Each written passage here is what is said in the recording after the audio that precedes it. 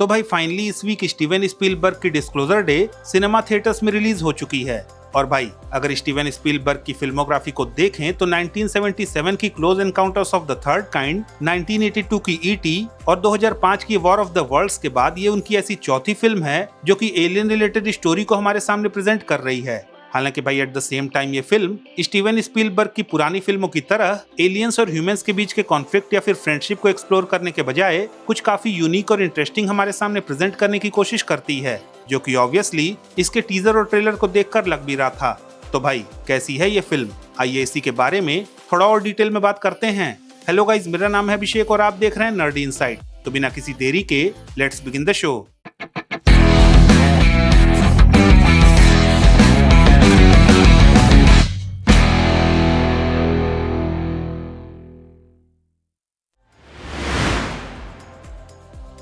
अब भाई आगे बढ़ने से पहले अगर फिल्म की ब्रीफ समरी की बात करें तो फिल्म शुरू होती है एक साइबर सिक्योरिटी एक्सपर्ट डेनियल को दिखाते हुए, जो कि वॉर्डेक्स नाम की एक ऑर्गेनाइजेशन से कुछ ऐसे सीक्रेट्स को चुरा कर भाग रहा है जिसमें यूएफओज, एलियंस और ऐसे ही कई सारे हाईली क्लासिफाइड सीक्रेट्स हैं जिसे इस ऑर्गेनाइजेशन ने डेकेड से छुपा कर रखा हुआ है। और डेनियल और उसके पार्टनर्स इसी सीक्रेट को पूरी दुनिया के सामने रिवील करना चाहते हैं। वहीं दूसरी तरफ ये स्टोरी हमें कैंसस सिटी की वेदर प्रेजेंटर मार्गरेट फेयरचाइल्ड से इंट्रोड्यूस करवाती है, जो कि अपनी लाइफ में सडनली कुछ वियर्ड फिनोमेना एक्सपीरियंस कर रही है, जहाँ पे वो अचानक से कुछ अननोन लैंग्वेजेस बोलने लगती है और इवन अपने आसपास के लोगों, जिनमें से कई सारे स्ट्रेंजर्स भी हैं, उनके दिमागों को भी पढ़ने लगती है। इनफैक्ट इसी प्रोसेस में वो डेनियल से भी साइकिक कनेक्शन एस्टेब्लिश कर लेती है, जबकि वो उसे जानती भी नहीं है। तो बस इसी मिस्ट्री को अनफोल्ड करने के लिए मार्गरेट अपने हस्बैंड के साथ डेनियल को खोजने निकल जाती है, जिसके बाद कैसे मार्गरेट और डेनियल एक दूसरे से मिलते हैं और फिर फिल्म में कौन कौन से नए नए सीक्रेट्स हमें जानने को मिलते हैं, वेल ये सब जानने के लिए आपको ये फिल्म देखनी पड़ेगी।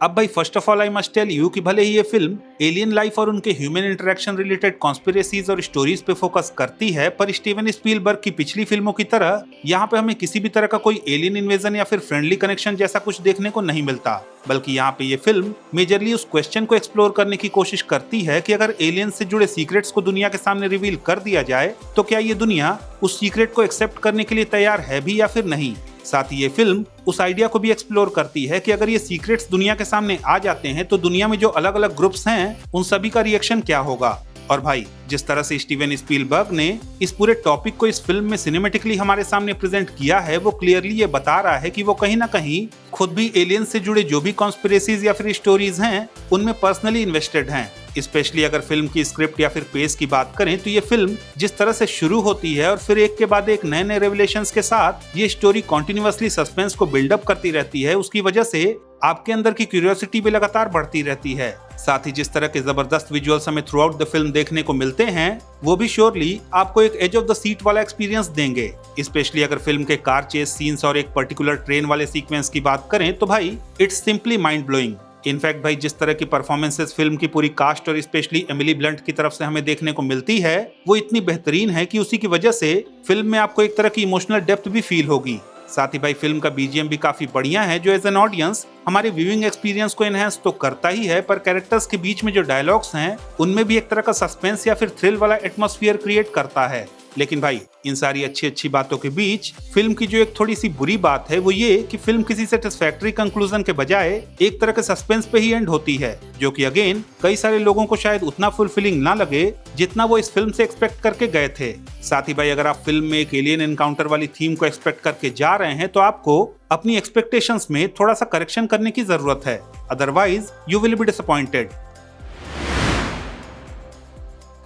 तो भाई ओवरऑल डिस्क्लोजर डे भले ही एक एलियन थीम वाले प्लॉट को फॉलो करती है, पर अगेन यहाँ पे ये फिल्म किसी एलियन कॉन्फ्लिक्ट या फिर इंटरेक्शन पे फोकस करने के बजाय उस सवाल का जवाब ढूंढने की कोशिश करती है कि अगर दुनिया को एलियंस के एग्जिस्ट करने वाली बात पता चलती है तो क्या ये दुनिया उस सच को एक्सेप्ट करने के लिए तैयार है भी या फिर नहीं। इनफैक्ट ये पूरी फिल्म इसी एलियन रिलेटेड स्टोरी और कॉन्स्पिरेसी वाले सस्पेंस को फिल्म की शुरुआत से ही कॉन्टिन्यूअसली बिल्ड करते हुए आगे बढ़ती है, जहाँ पे फिल्म की पेस और फिल्म के विजुअल्स इतने शानदार हैं कि एज एन ऑडियंस आपको थ्रू आउट द फिल्म एक एज ऑफ द सीट वाला एक्सपीरियंस मिलेगा। साथ ही फिल्म की कास्ट और स्पेशली एमिली ब्लंट ने अपनी परफॉर्मेंस से फिल्म में वो इमोशनल डेप्थ प्रोवाइड की है जो कि ऑडियंस को फिल्म से इमोशनली कनेक्ट करती है। बाकी भाई फिल्म की सस्पेंस वाली एंडिंग थोड़ी डिबेटेबल है, पर स्टिल आई थिंक आपको फिल्म में मजा तो आएगा ही। तो भाई दैट्स इट, ये तो मेरा स्टीवन स्पीलबर्ग की डिस्क्लोजर डे का रिव्यू। अगर आपको ये रिव्यू पसंद आया तो प्लीज इस वीडियो को लाइक कीजिए, शेयर कीजिए, और हाँ, अगर आपके कुछ सजेशंस हैं तो please don't forget to comment, और जाते जाते प्लीज इस चैनल को सब्सक्राइब करना भी ना भूलें। तो मिलता हूं मैं आपसे अगली वीडियो में, तब तक के लिए have fun and enjoy the day.